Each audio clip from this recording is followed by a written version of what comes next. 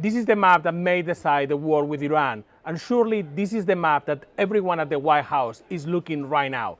It's oil, gas, and the Middle East. Let me walk you through why all of these matter. First, a bit of the labels. Here we have Iran, Qatar, the UAE, Kuwait is here, Iraq, and of course, Saudi Arabia, and the most important bit in this map, the Strait of Hormuz, which is here in this area. This is the area that Iran controls, and this is the bottleneck that is keeping all this oil from this area. The oil fields are the bits in green, and the red bits are gas fields. All of the gas, all of the oil needs to get into the Persian Gulf, go through the Strait of Hormuz to get into the high seas, into the global markets. Right now, that's not happening because the oil tankers, the gas tankers cannot get through the Strait of Hormuz because Iran is threatening to attack them. So what is happening is a number of tankers were inside the Persian Gulf.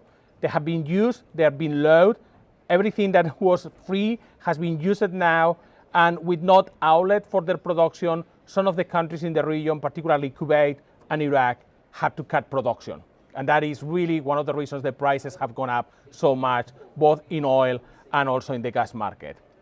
There are some workarounds, they are limited, but the Saudis in particular thought that this situation was likely to happen, and they have spent the last 45 years preparing for it. Welcome to the East to West pipeline in Saudi Arabia, a conduit that goes from the oil fields of Saudi Arabia in this region, in the Persian Gulf, across the desert, through Riyadh, and all the way to the west coast, to the Red Sea.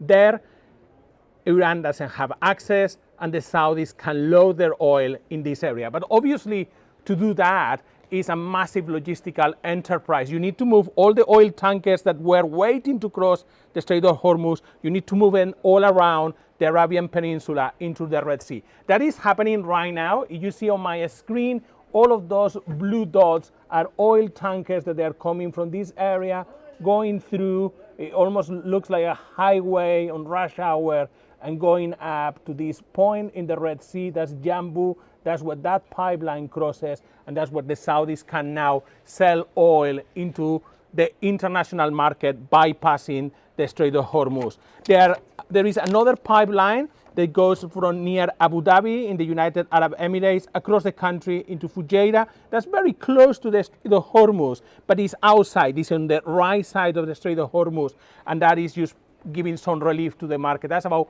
1.5 million barrels a day for the UAE. The Saudi pipeline is about 5 million barrels a day. Together, 6.5 million barrels a day. That compares to 20 million barrels a day on a normal day from the Strait of Hormuz. So there are bypasses, there are workarounds, but they don't cover completely the Strait of Hormuz. The Iranians, meanwhile, and this is the amazing story, the Iranians are still loading oil in the Persian Gulf. That's happening from an island here in the Persian Gulf called Kar Island. And how we know that they are loading oil? Because every day we are getting a picture of that island. That's a magnifying view of the island. And if I bring it even closer with my zoom, you could see a couple of tankers, one tanker there, another oil tanker there. Those are loading as we speak oil in Kar Island. And obviously Iran is not going to attack his own tankers, so the tankers go out. And Iran today, 2 weeks into the war, is producing and exporting more or less as much oil as it did before it was attacked. What all of this means for the oil market: oil prices are going to continue to increase because we are losing a lot of production. The pipelines provide some bypass, some relief, but they are a brake. They are not going to stop completely the oil market from going higher, but they provide some extra time. The market doesn't go up as much as it will do otherwise, but ultimately President Trump's only solution to bring oil prices down is to reopen the Strait of Hormuz.